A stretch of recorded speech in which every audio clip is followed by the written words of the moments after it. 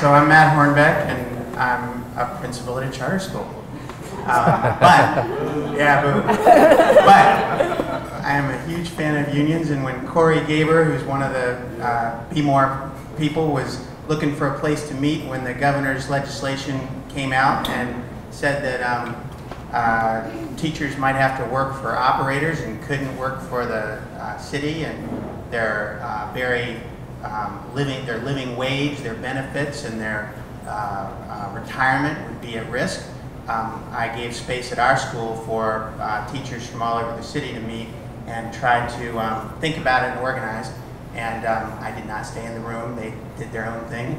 But I just was asked for a moment to give some context on charters in Maryland and the privatization work here in Maryland. I have such a fan now, a new fan of Dr. Rooks. The book is fantastic. I have it on tape in my car, and it's reading like a wonderful, really urgent history and present solution on what needs to happen. And for me, at a school that is very integrated, and I really believe we were the #1 performing school on state tests, which boy are they not the end-all be-all, and National History Day projects and portfolios and what you might call real work or what matters. But we were the #1 performing school in grades 3 through 5 on reading for African American students in Baltimore City. And our school has been a Title I school for 2.5 decades, but is 40% Latino, 20% African American, and 40% white. So as you know, if you're a teacher in Baltimore City, that's somewhat unusual for schools in Baltimore. In terms of the context in Maryland for charters, it is widely touted that Maryland has, over and over, the mantra is the worst charter law in the nation. And Jessica Schiller and I think that it is the best charter law in the nation because it requires that schools work with unions and that everyone be a member of a collective bargaining unit, which is good for families, good for cities, good for kids, just good all the way around.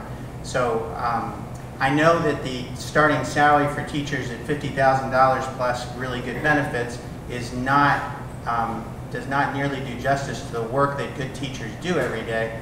But I also know, because of the marketplace, that I could probably find people for $35,000 and they would come in droves. And so we do need to be protected from ourselves with workplace rules and guidance, because when the hard financial decisions come about, you need to have some basic parameters. So in Maryland, I think that the charter law is very unique. I testified against the governor's charter bill, and we do have autonomy over our curriculum. We do have autonomy roughly over who we get to hire. Last year was a little bit challenging for everyone in the room. But then certainly all of the due process issues when anyone is not performing well apply equally to everyone at our school as they would at a traditional school. And then one massive advantage that I think ought to apply to traditional schools at some point is the rolling over of dollars year to year so they don't evaporate and go back to the district to central. So there's roughly $10 million, some years, depending on the year you look, that schools don't spend or it gets frozen because of budget reasons and goes back. In terms of privatization here, we've played around with Edison, we've played around with Chancellor Beacon, which became Imagine Schools. Their profit is based on, the EMOs are based on 500 students in a school, in a Title I school that gets roughly $500,000 in Title I money, and they can produce between $500,000 and $800,000 a year for their shareholders if they're running it at that level. So they need scale, and it's a real challenge because certainly, and Dr. Rooks I'm sure will talk a little bit more about this, there is no better results with these schools than there are with traditional schools. In case you don't already know, and I'm not just talking to my audience because it's the truth, but the teacher is the whole game. So having talented, well-compensated, supported people in the classroom is the entire game. And so thanks to all of the people who are teachers and who Our day starts a lot earlier than 9 a.m. at the water cooler, and I really appreciate everyone coming out tonight. And thank you, Dr. Rooks, for everything. And get her book.